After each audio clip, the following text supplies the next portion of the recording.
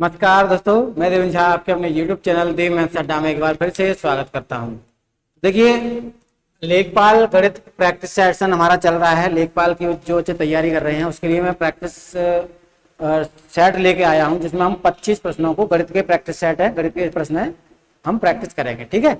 और बहुत अन्य एग्जाम की जो तैयारी कर रहे हैं ना, जैसे ग्रुप डी या अन्य एग्जाम की, वो भी बच्चे देख लें, क्योंकि जो प्रश्न मैंने लिए हैं बहुत अच्छे तरीके से हम सॉल्व करेंगे। ठीक है।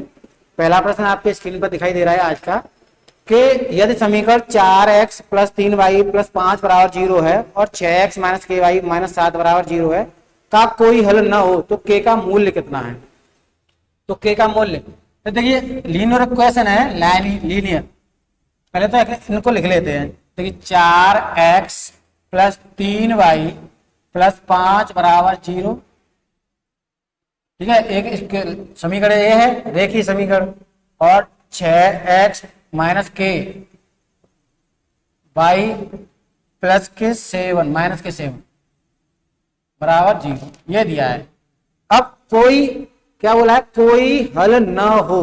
कोई हल न हो के लिए क्या लगाते हैं, तो यहां पे कोई हल ना हो के लिए a1/a2 = v1/v2 is not equal to c1/c2।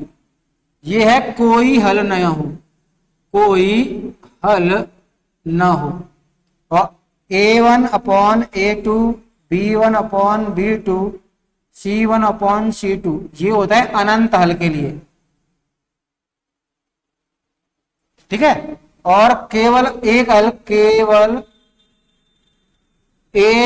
के लिए क्या लगाते हैं, केवल एक हल, a1/a2 = b1/b2, ये एक हल के लिए लगाते हैं। ठीक है। तो तीनों चीजें मैंने आपको बता दी। अनंत कोई हल नहीं होगा, इसके लिए ये वाला लगाएंगे। अनंत हल होंगे, इसके लिए ये लगाएंगे। और केवल एक हल होगा, इसके लिए a1/a2 = b1/b2। अब आते हैं, ये हमारा a1 है, ये हमारा a2 है, ये b1 b2 c1 c2। अब इसमें हमें रखना है, तो रखिएगा a1 यानी कि 4/6 = 3। b1 कितना है 3 और b2 कितना -k is not equal to c1/c2। c है 5, c2 है -7। अब ये दोनों तो आपस में बराबर नहीं है, इन दोनों से करते हैं। तो यहाँ पे -4k = 18 आ जाएगा। और जब k की वैल्यू जब इसे काटेंगे तो 4.5 आएगा, लेकिन माइनस का आएगा। ठीक है। तो आपको कौन सा विकल्प टिक करना है भाई, ए विकल्प टिक करना है। तो मैं आशा करता हूं ये प्रश्न आपके बहुत अच्छे समझ में आया होगा। लेखपाल की परीक्षा में ऐसा प्रश्न आपको एक जरूर देखने को मिल सकता है, नहीं मिलेगा। चलिए, मैंने बता दिया आपको अच्छे तरीके से। अगला प्रश्न आपके लिए लेके आ रहा हूं, आपके स्क्रीन पर आ चुका है। इसे करते हैं। अब पूछा है 2, 4, 6 से विभाज्य संख्या बतानी है। 1000 से बड़ी हो, जस्ट बड़ी हो, ठीक है, छोटी से छोटी हो, घन हो, पूर्ण घन। ठीक है। तो 2, 4, 6 इनसे बतानी है। तो इनका एलसीएम कितना आएगा भाई, 12 आएगा। अब जो संख्या होगी, जो वो संख्या किससे कटेगी, 12 के घन से भी कट जाएगी। वो संख्या 12 के घन से। तो 12 का जब हम घन करेंगे कौन सी संख्या बनेगी भाई, 1728। 12 का घन कितना होता है, 1728 होता है। यानी 1000 से बड़ी और सबसे छोटी संख्या कौन सी होगी, 1728, जो 2, 4, 6 से पूरी तरह कट जाएगी, लेकिन संख्या कैसी होगी, घन होगी। ठीक है, किसी न किसी संख्या का घन। तो हमारा 1728 उत्तर आ गया। ठीक है। ये प्रश्न भी आपके समझ में आया होगा, ऐसी मैं आशा कर रहा हूं। अगला प्रश्न आ रहा है आपके लिए, आपके स्क्रीन पर ये आ गया। ठीक है। देखिए, बहुत अच्छे तरीके से हम प्रश्नों को कर रहे हैं, ध्यान से देखिएगा। आपको जल्दबाजी नहीं करनी है। और सब्सक्राइब भी तो आप कर लें, क्योंकि जब तक आपका लेखपाल की परीक्षा होगी तब तक मैं कई सारे प्रैक्टिस सेट मैथ की प्रैक्टिस करवा दूंगा बहुत अच्छे तरीके से। अगला प्रश्न है, 2 समरूप त्रिभुज उनकी संगत भुजाओं का अनुपात। यानी कि देखिए, अनुपात कितना है भाई, 1:3। तो एक ये त्रिभुज है भाई, छोटा त्रिभुज, क्योंकि भुजा 1 है। और इधर मान लेते हैं ये बड़ा त्रिभुज है, ये। ठीक है। संगत भुजाओं का अनुपात है ये। चाहे भुजा ये दोनों हो सकती हैं, ये हो सकती है, ठीक है, या ये कोई हो सकती है, संगत भुजा होंगी। और ये एक है तो ये तीन होगी, ये एक है तो ये तीन होगी। ठीक है, अब क्षेत्रफल क्या होता है भाई, छोटा त्रिभुज का क्षेत्रफल बराबर बट्टे, अब इनका अनुपात होगा बड़ा त्रिभुज क्षेत्रफल, जो अनुपात बनेगा ना संगत भुजाओं के अनुपात के वर्ग के बराबर होगा, 1/3 का वर्ग।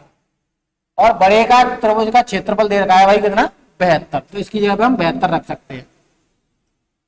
अब निकालते हैं यहाँ पे, तो क्षेत्रफल निकलेगा भाई छोटे का, क्योंकि ये कितना हो जाएगा भाई, 1/9 हो जाएगा, 1/9, 9 से कट जाएगा, ये 8 बार क्षेत्रफल होगा 8 आ जाएगा। ठीक है, तो घन सेंटीमीटर या घन सेंटीमीटर वर्ग सेंटीमीटर, क्यों क्षेत्रफल होता है वर्ग सेंटीमीटर में आएगा, यानी कौन सा विकल्प टिक करेंगे आप, बी विकल्प टिक करें। ठीक है, तो ये प्रश्न भी मैंने आपको बहुत अच्छे तरीके से करा दिया, आपके समझ में आया होगा। चलिए अगला प्रश्न है, देखिए अगर आपको प्रश्न अच्छे लग रहे हो, समझ में आ रहे हो, तो आप लाइक कर दीजिएगा वीडियो को, और कोई भी समस्या है तो आप कमेंट बॉक्स में कमेंट करिएगा, आपकी समस्या को दूर किया जाएगा। जैसे ही अगला प्रैक्टिस लाऊंगा उसमें आपकी समस्या को दूर कर दिया जाएगा। अगला प्रश्न आपके स्क्रीन पर आ चुका है, वह समीकरण ज्ञात कीजिए जिसके मूल, देखिए द्विघात समीकरण में मूल होते हैं, एक्स के मान आते हैं। एक अल्फा का मान दिया है भाई, अल्फा का मान दिया है a plus under root B, beta दूसरा मूल कौन सा, beta a minus under root B. ये दो मूल हैं। जब हमारे पास मूल होते हैं और समीकरण हमें बनाना होता है तो क्या आता है भाई, समीकरण बनाएंगे एक्स स्क्वायर माइनस मूलों का योग और इसका गुणांक एक्स के साथ आएगा, ये मूलों का योग प्लस मूलों का गुणनफल, मूलों का गुणा बराबर में 0। ठीक है, दिख रहा है आपको, नहीं दिख रहा है, नीचे नीचे लिख दे रहा हूं इसे, मूलों का गुणा बराबर 0। अब दिख रहा है, कोई दिक्कत नहीं, प्लस के बाद ये मूलों का गुणा है। अब मूल हमारे ये है एक्स स्क्वायर, योग करेंगे दोनों का, a plus under root B plus a minus under root B x. अब इन दोनों का मल्टीप्लाई हो जाएगा, मल्टीप्लाई होगा तो क्या आएगा भाई, a एक्स स्क्वायर माइनस का b बराबर में 0, क्योंकि वर्गांतर वाला कौन सा फॉर्मूला बनेगा, a square minus B square का। ठीक है, तो मैंने डायरेक्ट कर दिया है वो। अब देखिए b ये प्लस का है अंडर रूट बी, ये तो ये कैंसिल हो जाएंगे, x square minus 2a x plus a square minus B बराबर 0। ये हमारा समीकरण बन गया।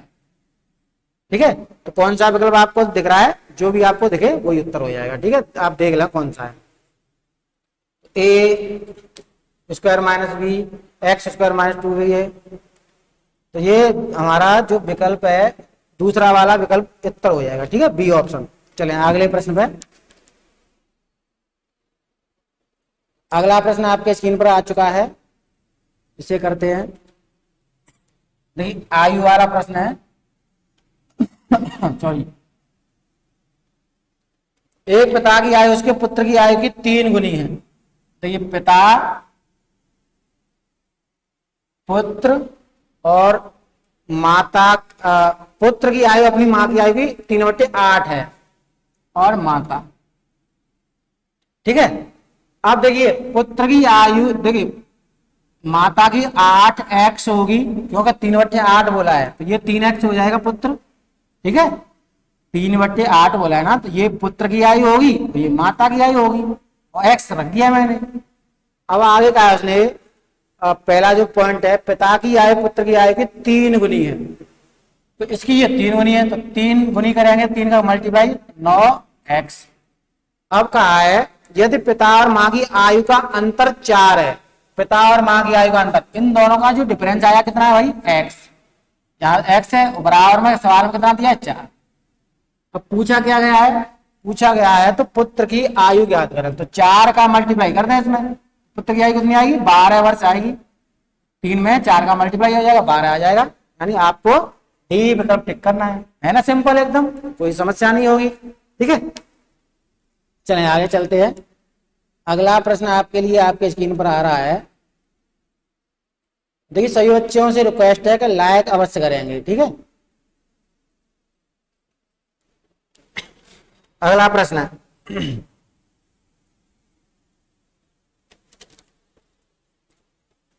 एक कस्बे की 5% जनसंख्या की किसी महामारी में मृत्यु हो जाती है और बची जनसंख्या में से 8% घबराकर कस्बा को छोड़कर चले गए। यदि कस्बे की कुल जनसंख्या अभी 88,274 है, यानी मृत्यु और भागने के बाद भी कितने बचे? 88,274। तो शुरुआत में कस्बे की कुल जनसंख्या कितनी थी? अब देखिए मान लो शुरुआत में प्रारंभ में 100% जनसंख्या थी, उसने क्या बोला है? 5% की मृत्यु हो गई, 5% मृत्यु हो गई, बच्चे कितने? 95%। अब 95 का 8% भाग गया, यानी शेष का 8% भाग गए, तो रह कितने गए भाई? 92% रह गए ना। तो रह कितने गए? 92। तो 95 का 92% जब हम निकालेंगे तो सवाल में कितना दिया है? 88,274। ठीक है, और कुल जनसंख्या कितनी थी भाई? 100% थी, तो 100% का मान हमें निकालना पड़ेगा। 88,274 में 95 और 92 का तो होगा भाई गुणा, और 100 जाएगा ऊपर और इस 100 का मल्टीप्लाई हो जाएगा। ठीक है, अब इसे सॉल्व करते हैं। जब आप सॉल्व करोगे तो ये हमें कितना प्राप्त होगा? देखिए अब काट लेते हैं, 19 से कटेगा ये भाई 5 बार। तो इस प्रकार देखिए मैं सॉल्व कर रखा है, तो 10 ये आ जाएगा हमारे पास। इसे जब सॉल्व करेंगे ना तो हमें इतनी जनसंख्या प्राप्त होगी, प्रारंभ में इतनी जनसंख्या थी। ठीक है, देखिएगा यहाँ पे आपको थोड़ा सा दिख नहीं रहा है, लेकिन कोई दिक्कत नहीं, देख लें आप। ठीक है, संख्याएं दी है, संख्याएं लिखी है बस, और कुछ नहीं है। तो आपको कौन सा विकल्प लगाना था भाई? आपको बी विकल्प टिक करना। चलें आगे चलते हैं।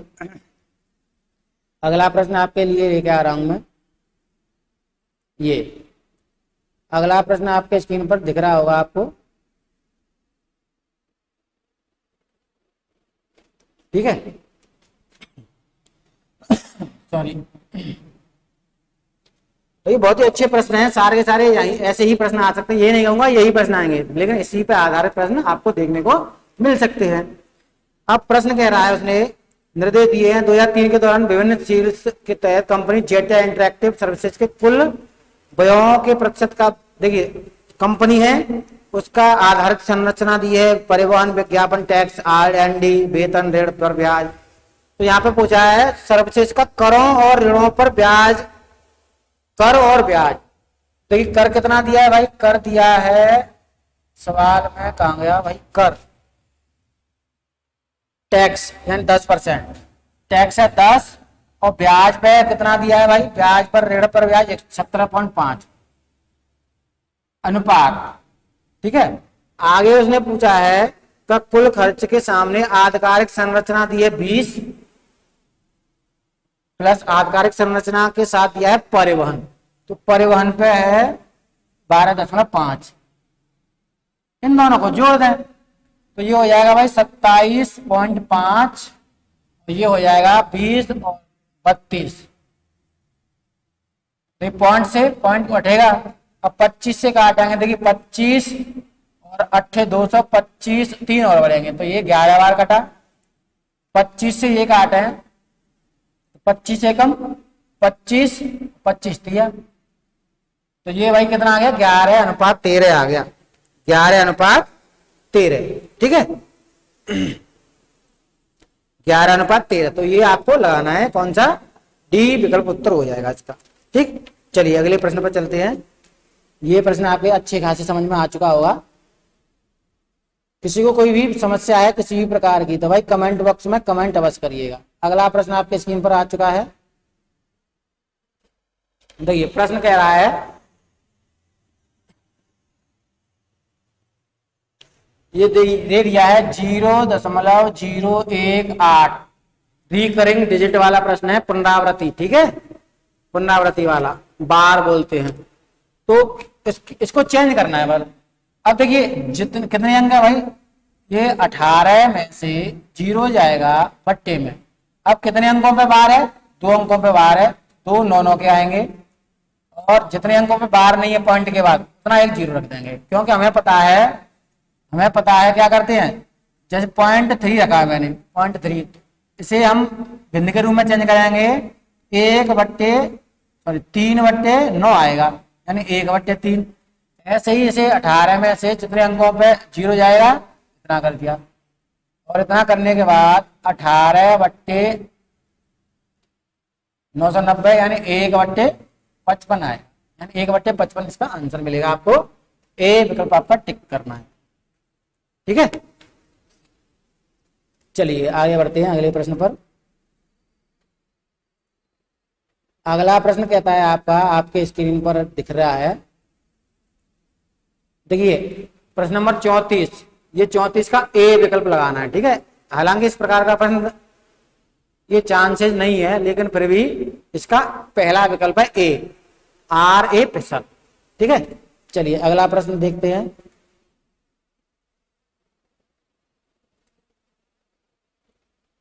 अगला प्रश्न आपके स्क्रीन पर आ चुका है और आपको थोड़ा सा दिखाई भी दे रहा होगा, थोड़ा सा मैं बड़ा कर देता हूं इसे।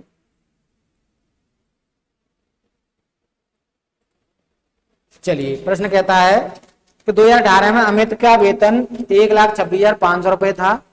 वर्ष 2016 में उसका वेतन प्रतिवर्ष 10%, 2016 से बढ़ा है 10% और 15%, तो 2018 के वेतन पहुंच गया। तो 2016 में उसका वेतन कितना था, तो देखिए 2016 से 18 में जाना है, 2 वर्ष है हमारे पास। मान लो 2016 में उसका वेतन था x वेतन था। अब पहले वर्ष बढ़ा 10 और 15, तो 10% बढ़ा, फिर बढ़ा 15%। अब कितना हो गया भाई वेतन, 1,26,500, 1,26,500 इतना वेतन हो गया। अब पूछा है x का मान निकालना है, x का मान यहाँ पे निकालेंगे। देखिए सॉरी, इस 0 से ये 0 गया। ठीक है, अब 15 से ये 5 से जाएगा 23 बार, 5 से जाएगा 20 बार। अब 23 से ये जा सकता है हमारा, चले काट है 23 से, 23 से जाएगा 115,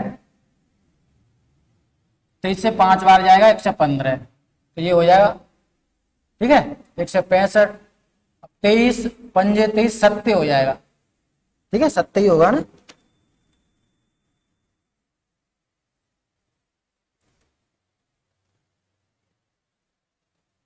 चले काटते हैं, 23 से कटेगा 5 बार 115, 165, अब 23 से काटते हैं, 23 7 का मल्टीप्लाई 7 या 21, 7 दूनी 14, 1 15,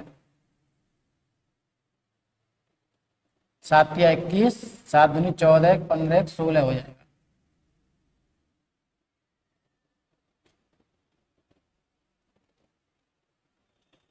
कहीं पे दिक्कत हो रही है क्या, एक मिनट करते हैं ऐसे आगे सॉल्व, आगे तक सॉल्व करते हैं, अभी काटना है, आगे तक सॉल्व कर रहे हैं। ठीक है, कहीं ये 12,600 और ये 100 आएगा ऊपर, यहाँ 110 आएगा, फिर 100 आएगा, यहाँ आएगा 115। ठीक है, अब काट रहे हैं ये। अब देखिए हम गलती कर रहे थे, 11 से भी कटता था ये, तो 11 से काटते हैं पहले, ये कट जाएगा 20 बार, ये कट जाएगा भाई 23 बार। 11 से काटते हैं, 11 एकम 11, 11 एकम 11। एक सेकंड के लिए कैमरा बंद हुआ है।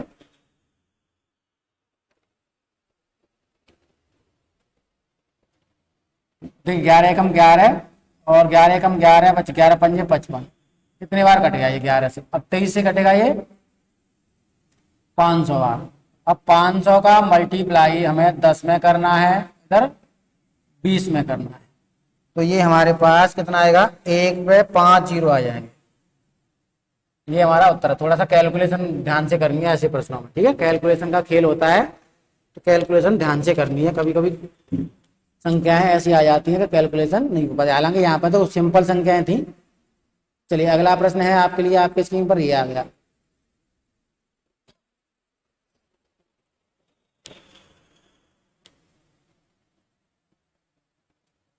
बहुत ही अच्छे लेवल के प्रश्न हैं सारे के सारे। यहाँ पर दिया दो संख्याओं का अंतर तथा गुणनफल क्रमशः 36। तो ये प्रश्न आपको दिखाई नहीं दे रहा है पूरा, तो प्रश्न पूरा तो दिखना चाहिए तभी तो आ पाएगा। दो संख्याओं का अंतर तथा गुणनफल 5 और 36 है, तो उनके व्युत्क्रम का अंतर क्या है। एक संख्या x थी, एक y थी, इनके व्युत्क्रम क्या होता है, व्युत्क्रम यानी 5 का व्युत्क्रम कितना होगा, 1/5। x का व्युत्क्रम 1/x, इस x का व्युत्क्रम 1/x माइनस 1/y। अंतर पूछा है ना, जब यहाँ पे सॉल्व करेंगे y माइनस x xy भिन्न के रूप में करेंगे। अंतर दिया है दोनों का, उनका अंतर 5 और गुणनफल 36, तो 5 आएगा ऊपर, 36 आएगा नीचे। 5/36 यानी कौन सा लगाएंगे, डी लगाएंगे। तो अच्छा प्रश्न था, अक्सर करके देखने को मिल जाते हैं। और सही बच्चे लाइक अवश्य करेंगे, सही बच्चे लाइक करें, और जो बच्चे पहली बार जुड़े हमारे चैनल से सब्सक्राइब कर लें। देखिए प्रश्न नंबर 37 दिया है, आयत चित्र प्रदर्शित करता है। देखिए ध्यान से देखिएगा, ऑप्शन दिए हैं। आयत चित्र क्या प्रदर्शित करता है, असतत वर्गीकृत बारंबार बंटन, अवर्गीकृत बारंबार यानी सतत यानी लगातार, वर्गीकृत बारंबारता बंटन। तो ये सी विकल्प आपको इसमें टिक करना पड़ेगा, सी। ठीक है, सतत वर्गीकृत बारंबारता बंटन। चलें अगले प्रश्न पे।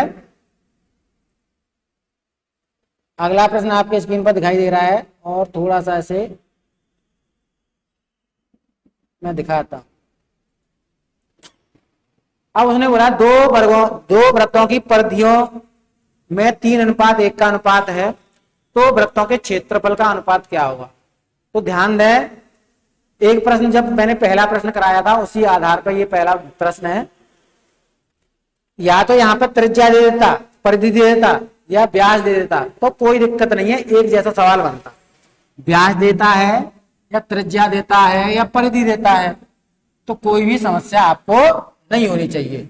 उसने बोला दो वृत्तों की परिधियों में 3:1 का अनुपात है, 3:1 का अनुपात है, तो उसका क्षेत्रफल का अनुपात क्या हुआ। क्षेत्रफल की यूनिट क्या होती है भाई, वर्ग होती है। इसका वर्ग कर दें, इसका वर्ग करेंगे 9 आएगा, इसका वर्ग करेंगे 1 आएगा, ये हो जाएगा। उसने क्या बोला है, परिधियों का अनुपात बोला है। त्रिज्या का अनुपात बोलता तब भी ये आंसर आता। ठीक है, अगर व्यास का बोलता तब भी ये आंसर आता। कोई समस्या नहीं होनी चाहिए, परिधि, त्रिज्या या व्यास कुछ भी बोले, उत्तर इसी प्रकार करना है। ठीक है, चलें आगे बढ़ते हैं अगले प्रश्न पर। अगला प्रश्न आपके स्क्रीन पर आ गया है।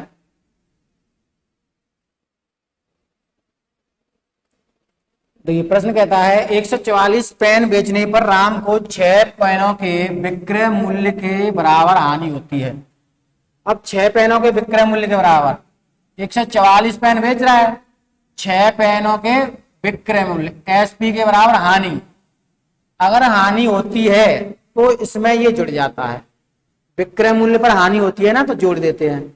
अगर विक्रय मूल्य पर लाभ होता तब घटा दे, इसमें से ये घटा दे।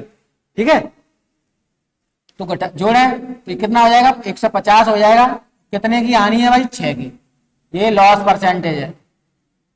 मैं दोबारा बताता हूं, यदि विक्रय मूल्य पर हानि हो रही है तो जब जोड़ेंगे, तो यानी लाभ होता है तब घटाते हैं, गुणा करेंगे 100 का।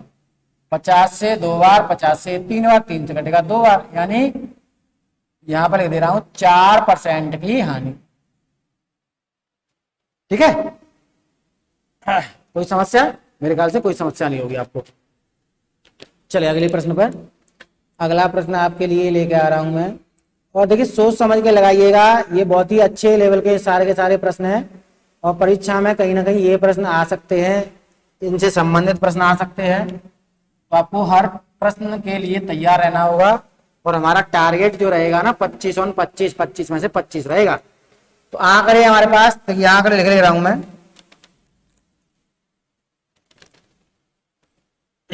देखिए आंकड़े मैंने लिख रखे हैं, क्योंकि बार बार स्क्रीन पर देखना होता है। 7 6 7 9 8 8 10 8, ये हमारे पास आंकड़े दिए हैं। बहुलक क्या होता है भाई? बहुलक होता है जो जिसकी आवृत्ति सबसे ज्यादा बार हो, जो सबसे ज्यादा बार आया हो। तो बहुलक की यदि बात करें तो यहाँ पर बहुलक बनेगा, कौन सी संख्या अधिक बार है? यहाँ पर 8 3 बार आया तो बहुलक हो जाएगा भाई 8। अब माध्यिका निकालने के लिए पहले इनको रखना होगा हमें आरोही क्रम में, आरोही क्रम यानी बढ़ता हुआ क्रम, असेंडिंग ऑर्डर में। ठीक है, सबसे छोटी संख्या 6 7 7 8 8 8 9 10 हमने बढ़ते हुए क्रम में रख लिया और आरोही क्रम में रख लिया ना। माध्यिका क्या होती है? बीच की संख्या, माध्यिका बीच की संख्या। अब देखिए 3 इधर से 3 इधर से, अब इन दोनों के बीच की संख्या क्या है? ये 8 ही होगी। माध्यिका क्या होगी भाई?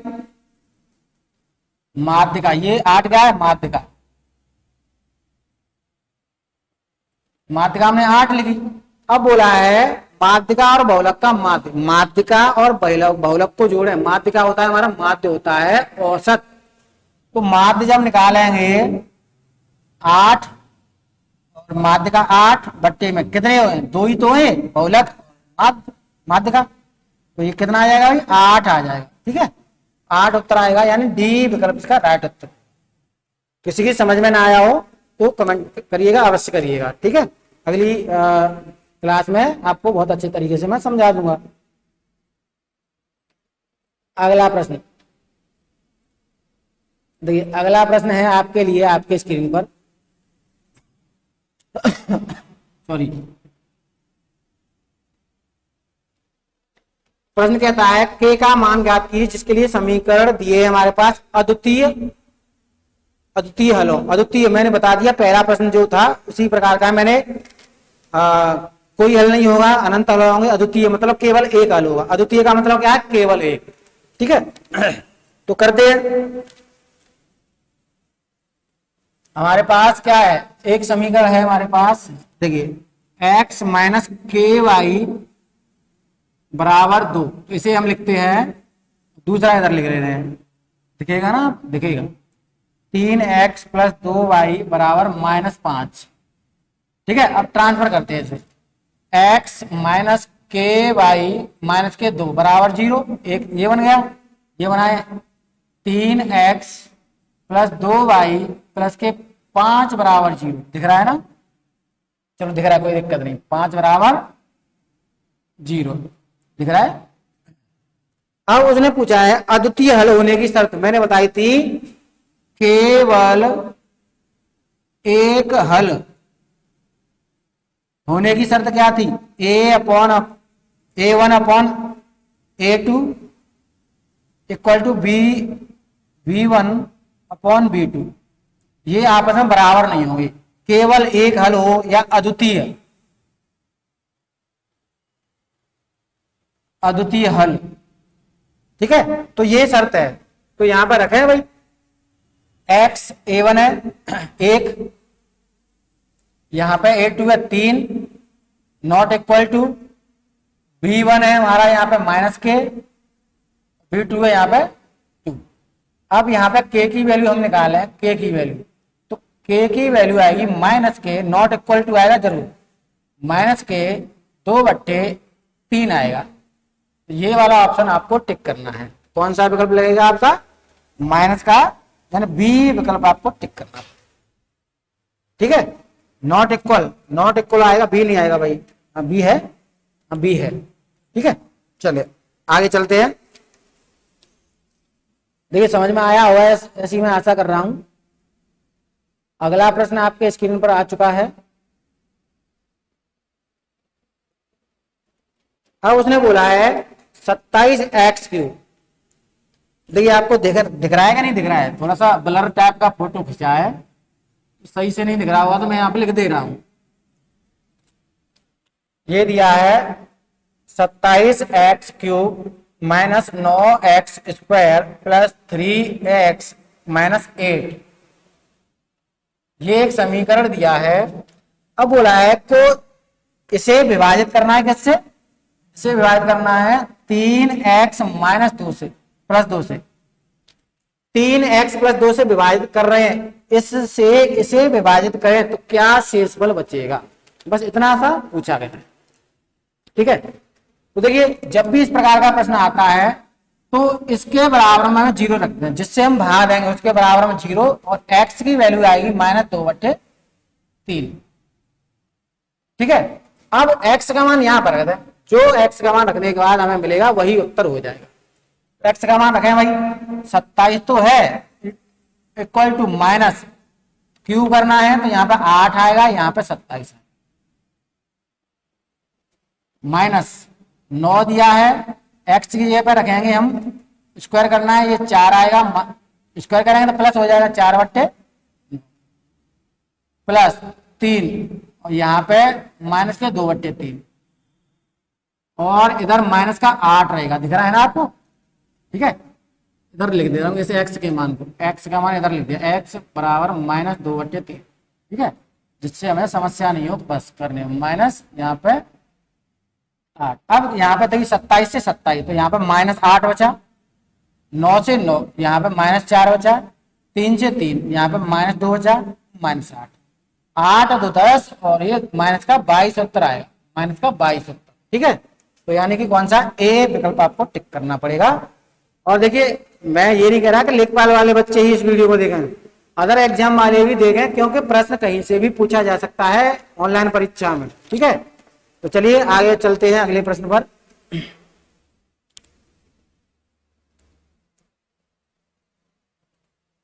अगला प्रश्न आपके लिए आपके स्क्रीन पर आ गया, ये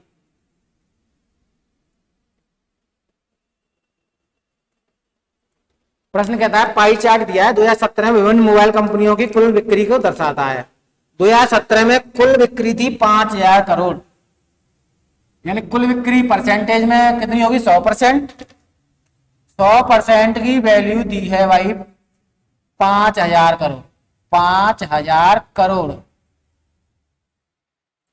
अब यहां पे पूछा है कि नीचे प्रश्न दिया है तो वीवो कंपनी द्वारा कितनी बिक्री, वीवो कंपनी की बिक्री कितनी है, 6%, तो 6% की वैल्यू हमें निकालनी है। तो 5 देखिए 2 0 से 2 0 कैंसिल हो जाएंगे। ठीक है, 5 का मल्टीप्लाई 50 का मल्टीप्लाई 6 होगा, तो यानी 50 का मल्टीप्लाई 6 में करेंगे तो ये 30 करोड़ आ जाएगा। तो 30 करोड़ यानी कि कौन सा लगाएंगे, 1 मिनट, 300 करोड़ आएगा। ठीक है, मल्टीप्लाई तो करना है हमें, 30 कैसे आएगा, 300 आएगा, 0 भी तो 300 करोड़। ठीक है, ए विकल्प ही यहाँ पर टिक करना है। कोई समस्या है इसमें, नहीं है। आगे चलते हैं, अगला प्रश्न आपके लिए आ गया आप स्क्रीन पर, थोड़ा सा देखिए छोटा करते हैं इसे।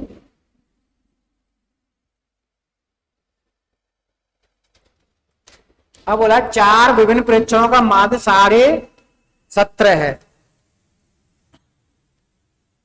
देखिए 17.5 यानी 4 संख्याएं हमारे पास 17.5 17.5 है, 17 पंजे 17 चौके 68, 68 ये 70 हो जाएगा। ठीक है, जब एक नया प्रेक्षण जिसका मान 20 है, यानी एक प्रेक्षण और जोड़ा गया जिसका मान 20 है, जोड़ा जाएगा तब नया माध्य कितना होगा, तो 20 जोड़ दिया, कितना हो गया भाई 90। अब प्रेक्षण कितने हो गए, 5, 4 के बजाय 5 हो गए। अब कितना माध्य आएगा, यहाँ पे माध्य आएगा 18। ठीक है, सिंपल है। एक और तरीका है कि कितना जोड़ा है, 17.5 से 20 बढ़ा है, यानी कितना 2.5, 5 के हिस्से में 5 से इसमें भाग आए हैं, कितना आएगा 0.5। पहले कितना था 17.5, 0.5 और जोड़ दे, इसमें कितना आएगा ये 18। ऐसे ये भी कर सकते हैं आप, 2 तरीके मैंने बता दिए, जो भी आपको सूटेबल लगे, अच्छा लगे उसे कर सकते हैं। अगला प्रश्न है आपके लिए, आपके स्क्रीन पर आ गया, देखिए बहुत ही अच्छा प्रश्न है, प्रॉफिट एंड लॉस का है। प्रश्न कहता है 16.5% लाभ समेत एक वस्तु का क्रय बिक्री मूल्य यानी MRP, MP mark price, MRP कुछ भी बोल सकते हैं, 466 था। तो उस वस्तु को 330 रुपए में बेचा गया होता तो कितने प्रतिशत का नुकसान होता, हानि होती। तो देखिए बढ़ा हुआ मूल्य है 16, 16.5, ये अगर इसके परसेंटेज के बराबर निकाले ना, 16.5 ज्यादा है 100 में। सीपी कितना होता है क्रय मूल्य 100%, 100% से 16.5 ज्यादा है तो 116.5 कर दिया, ठीक है, और रख देंगे 466 के बराबर। ठीक है, अब बोला है पहले तो हमें सीपी निकालना पड़ेगा, तो इसका सीपी निकालना भाई क्रय मूल्य, तो 100% निकालना पड़ेगा। तो 466 अपॉन में 116.5 इंटू में 100 और पॉइंट हटाएंगे 0 जाएगा, ठीक है। अब 5 से काट दें इसे, 5 से काट दें तो ये 200 बार जाएगा, 5 से काट दें, 5 दूनी 10, 5 दिया 15, 5 दिया 15, इससे कट जाएगा भाई ये 2 बार, तो ये कितना हो जाएगा 2 दूनी 4, 400, यानी कि क्रय मूल्य जो निकल के आया 400 आया। अब एसपी कितना बताया जा रहा है 330 रुपए, यानी हाँ घाटा हो रहा है सीधा सीधा कितने रुपए का 70 रुपए का। तो लॉस परसेंटेज जब निकालेंगे 70 रुपए का घाटा है, हानि और लाभ हमेशा किस पर निकालते हैं क्रय मूल्य पर निकालते हैं। क्रय मूल्य कितना है हमारा 400, 400 का इसमें भाग लगा दिया और 100 का मल्टीप्लाई, तो ये आ जाएगा कुछ 17.5 के बराबर, क्योंकि 2 से काटेंगे 2 बार और ये 35 बार, 35 को आधा करेंगे 17.5, 17 दूनी 34, आधा आधा 1, 35, ठीक है, 17.5% आ जाएगा इसका उत्तर। यानी कौन सा विकल्प चुनना था आपको, चलो जो भी है 17.5 तो आ ही रहा है। अगला प्रश्न आपके स्क्रीन पर आ गया, करते हैं इसे।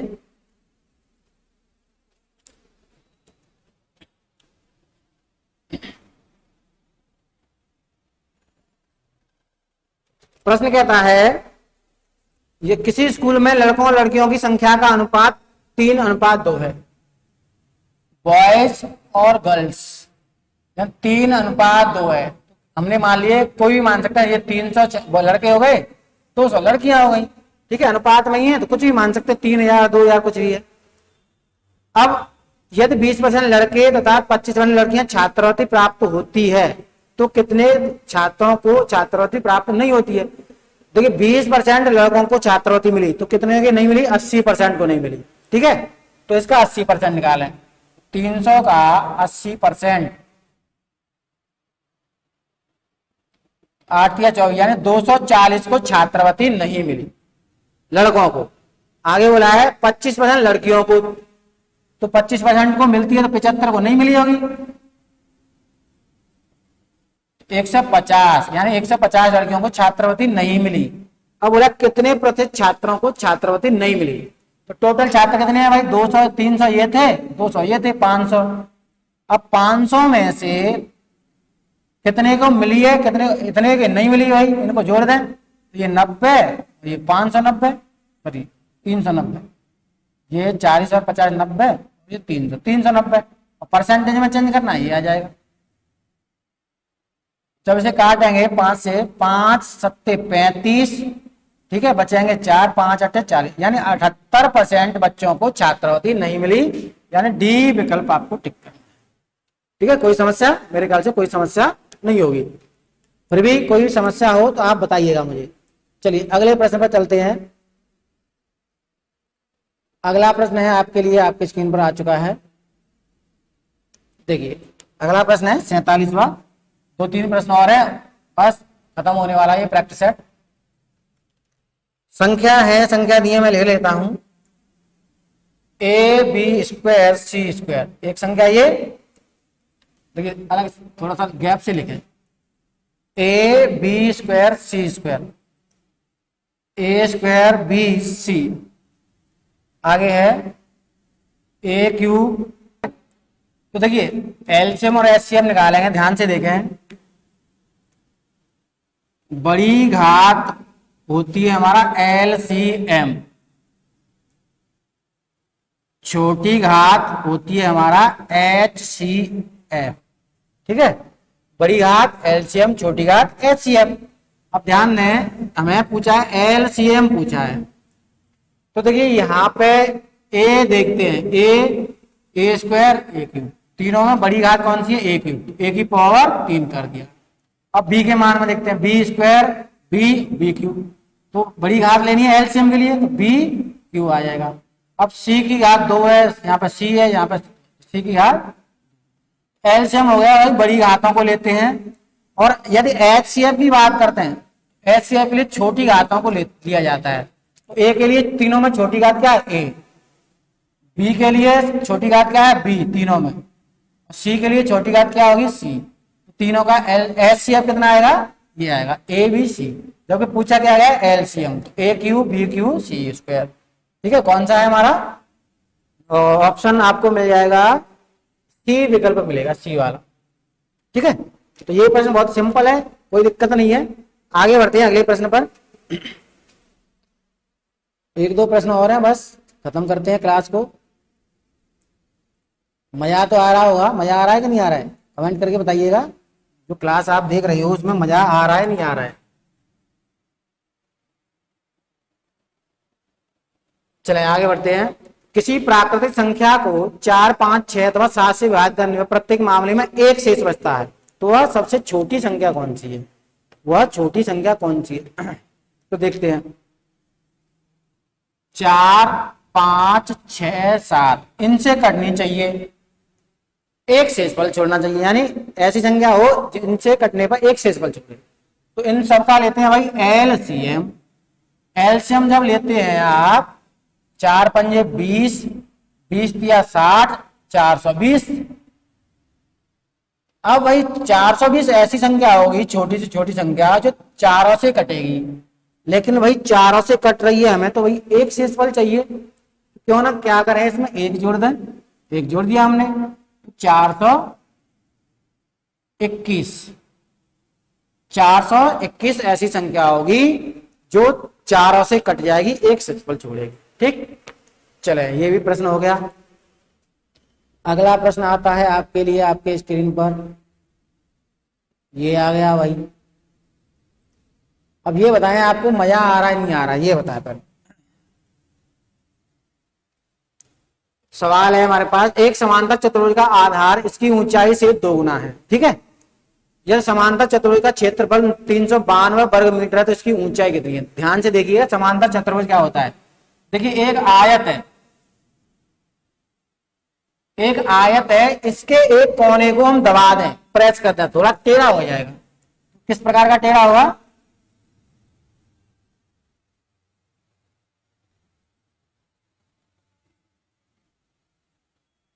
इस प्रकार का टेढ़ा हो जाएगा। एक कोने को हम प्रेस कर दें, दबा दें, तो ये इस टाइप का बन जाएगा। ये बनेगा कि नहीं बनेगा, एक कोने को दबा दें, यही हमारा समांतर चतुर्भुज है। अब इनके बीच की दूरी होती है भाई, ये जो 90 डिग्री है, ये बीच की दूरी है। अब आधार ये हमारे नीचे वाली, अब बोला है कि आधार इसकी ऊंचाई से 2 गुना है। ऊंचाई कितनी है, बीच की ऊंचाई ये होती है, ऊंचाई x, आधार 2x। क्षेत्रफल क्या होता है समांतर चतुर्भुज का, कि आधार इंटू बीच की दूरी यानी ऊंचाई, क्षेत्रफल होता है। और सवाल में कितना दिया, 392 दिया है, तो रखें 2x और x बराबर 392। अब 2 से काटेंगे, से 2 से काटेंगे भाई, 2 से कटेगा 2 एकम 2, ठीक है, 2 एक बचेगा, 2 9 18, 2 6 12। अब एक्स स्क्वायर बराबर 96, एक्स की वैल्यू कितनी आई, एक्स की वैल्यू आई 14। अब पूछा है कि इसकी ऊंचाई कितनी है, ऊंचाई कितनी है भाई, एक्स है, एक्स की वैल्यू 14 आई, 14 उत्तर आ जाएगा इसका। कोई समस्या, मीटर सेंटीमीटर जो भी दिया है वो आपको कर लेना है। अगला प्रश्न आपके लिए, आपके स्क्रीन पर प्रश्न नंबर अंतिम है इस टेस्ट का। थोड़ा सा ध्यान से देखिएगा प्रश्न को, समरूपता पर आधारित प्रश्न है हमारा। यदि एबीसी तथा डीईएफ समरूप त्रिभुज है, जिसमें देखिए समरूप त्रिभुज 2 है,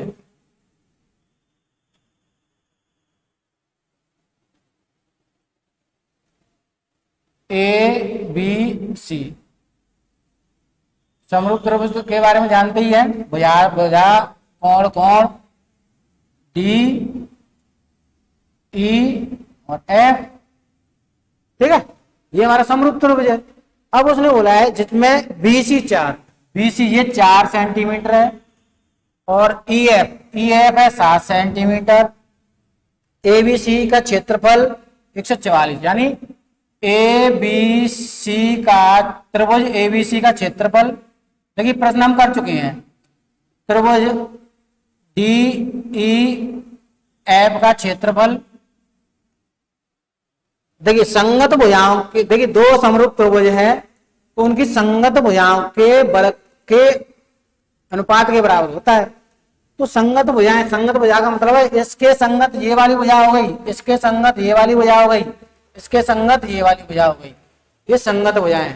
संगत भुजाओं का दिया 4 और 7, 4 का वर्ग और ये 7 का वर्ग, ठीक है।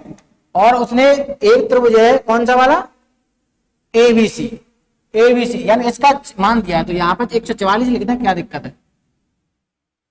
अब करें, देखिए ये कितना है हमारा 16, ये 16 हो जाएगा, 16 से कटेगा भाई ये 9 बार, 16 से 9 बार कट जाएगा, ठीक है। तो त्रिभुज डीईएफ का क्षेत्रफल बराबर कितना होगा, 49 गुणा 9, ठीक है, 49 का गुणा 9 में हो जाएगा। एक बार देखा 16 से 9 बारी तो कटेगा ये, और चले 7 का वर्ग 49 है, अब 9 90 81, 9 चौके 36, 36 और 8 जब हम लगाएंगे 44, 441 वर्ग सेंटीमीटर। तो ये प्रश्न हो गया, इसका उत्तर आ गया आपको 441 वर्ग सेंटीमीटर, यहाँ सी विकल्प टिक करना है। तो भाई लोगों ये बताएं कोई समस्या है इसमें आपको, मेरे ख्याल से मैंने 25 प्रश्न आपको बहुत अच्छे तरीके से समझाते हुए कराए स्टेप बाय स्टेप, और आपको कोई भी समस्या नहीं हुई होगी। फिर भी आपको समस्या कोई है तो कमेंट में कमेंट करिएगा, आपकी समस्या अगले प्रैक्टिस सेट में दूर करी जाएगी। और आपको प्रश्न के बताने का तरीका कैसा लगा तो उसके लिए लाइक अवश्य करिएगा, अपने मित्रों में शेयर करिएगा, ठीक है। धन्यवाद, राम राम, जय हिंद, जय भारत, राधे राधे।